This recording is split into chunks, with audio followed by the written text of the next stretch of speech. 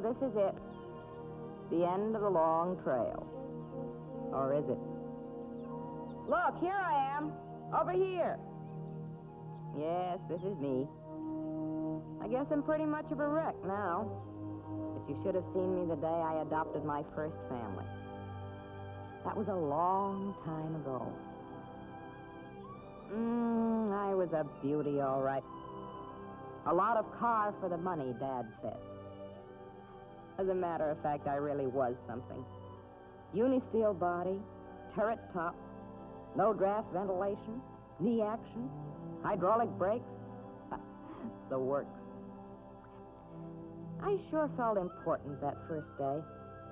I was the it girl, all right. Got more attention than a bride at the altar.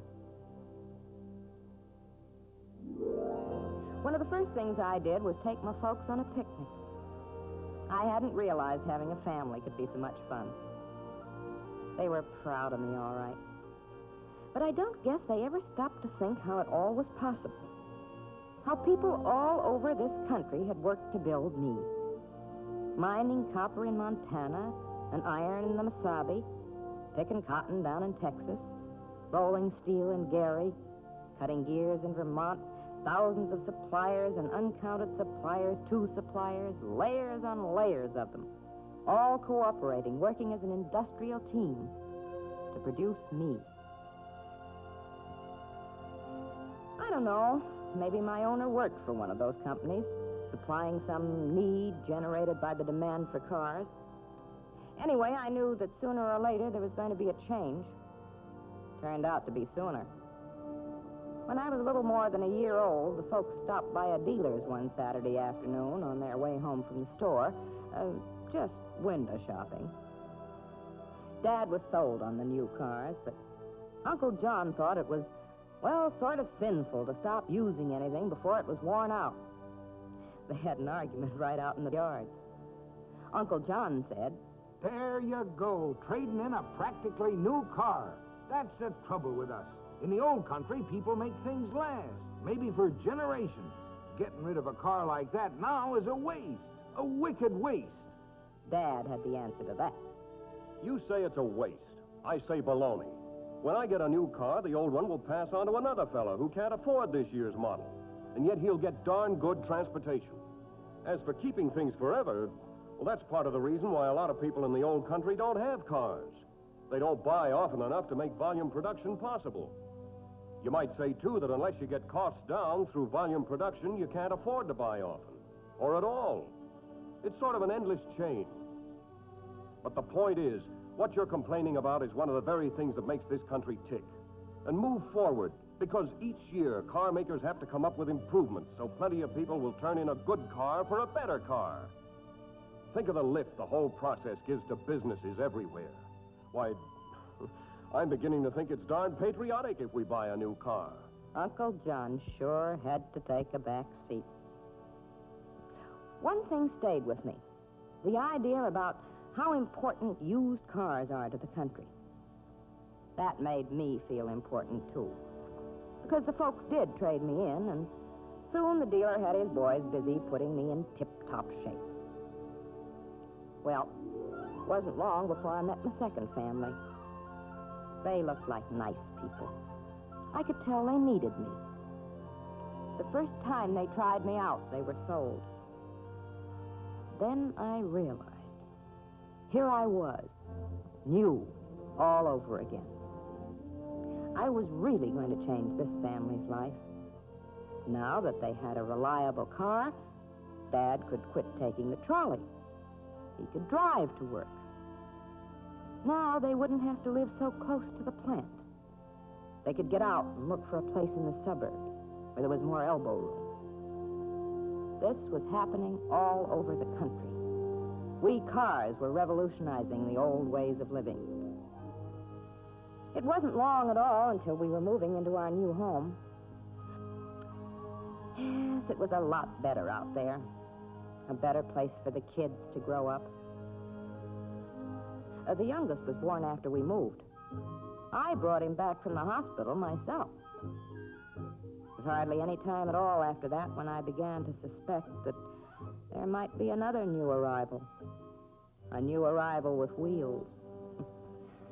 Out in the backyard one day, Mom got a gleam in her eye over pictures of the new cars in the ads. Dad was really sold on this no-shifting idea. Another example of the annual model change sparking new improvements. At the same time, I began to get restive, too. It was time I was new again for somebody else. I wasn't on the used car lot very long before I started my third life with a couple of swell kids. I was the first car they ever owned. And to them, I was the most wonderful thing in the world. They took me with them on their honeymoon. They loaded me up with a tent and a lot of other stuff, and away we went. Oh, sure, I agree that a brand new car would have done better because it would have had more power to begin with and improved brakes. But I did all right. Sometimes we'd stop for a while. They'd set up the tent and go fishing and things like that. I smelled fresh-caught trout sizzling over a wood fire. Though to me, frankly, the aroma of ethyl gasoline is more appetizing. This was an experience that just a few years ago wouldn't have been possible for people like my two kids. But here they were, 1,000,000 miles from their everyday life in their very own rolling home. Then the young groom joined the Army, and I was new again for someone else. For the first time in my life, I became a second car. My new owner was a housewife whose salesman husband kept the family automobile tied up. She wanted transportation of her own so she wouldn't always be stranded at home. Within a few months after Pearl Harbor, she got a job in a war plant. That's when I began to run a carpool. By now, I was in the middle 50s, 50,000 miles, that is. But cars like me had to keep the country on wheels for the job there was to be done.